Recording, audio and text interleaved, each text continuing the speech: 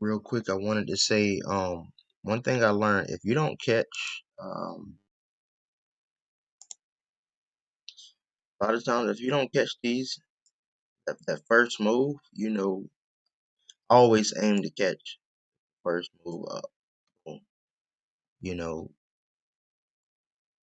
I don't really care about these after moves, like right here going down, and if it go back up, then I'm gonna do this. I'm gonna catch it when it go back down, and then I'm gonna get it when it go back up.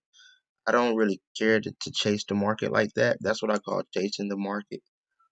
You know, we already understand at this point, with the clear peak formation. That's not a real clear one, but for this example, this is a peak formation level 1, 2, and 3.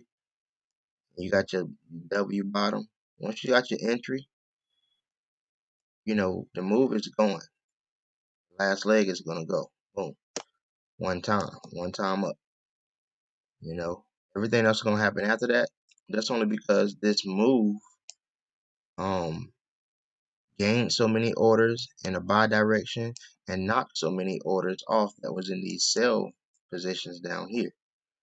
So that one move did a lot of things. It accumulated and it hit a lot of stops, that may have been in these areas, going towards these areas right here, you know. So that's why I don't spend time chasing market after that move. Like on this candlestick right there, I wouldn't get in right here and say, okay, well, I'm going to go ahead and catch that, since now I see what it's going to do. But since now we got all this hindsight, now we want to catch a move. A lot of retail traders do that, and that gets them in trouble as well. So we have to be very, very careful to and very clear and focused to be able to catch that move. Once the dealer is here, he has a number of orders booked already. We need to go hit the stops with him. Boom. That one move.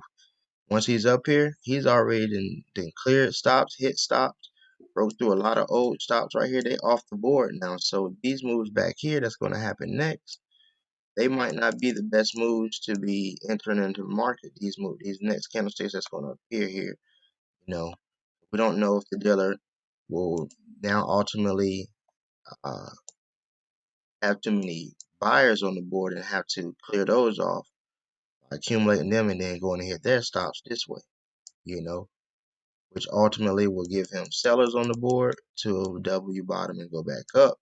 But that's the risk you end up taking when you don't catch the first, you don't realize it and catch the first initial move.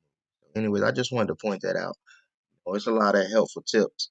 I'm gonna be just posting, man, randomly, man. Hopefully all this stuff just continue to help you understanding how you need to be looking at the board and your timing, because we don't need to be in the market all day. Right now, the trade day for me is done after 1 o'clock.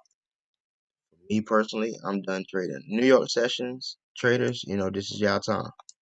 You know, um, a lot of times I like to come in at the end of the day, boom, boom, boom, catch the end of the day reversal, catch it when it's gonna do it there.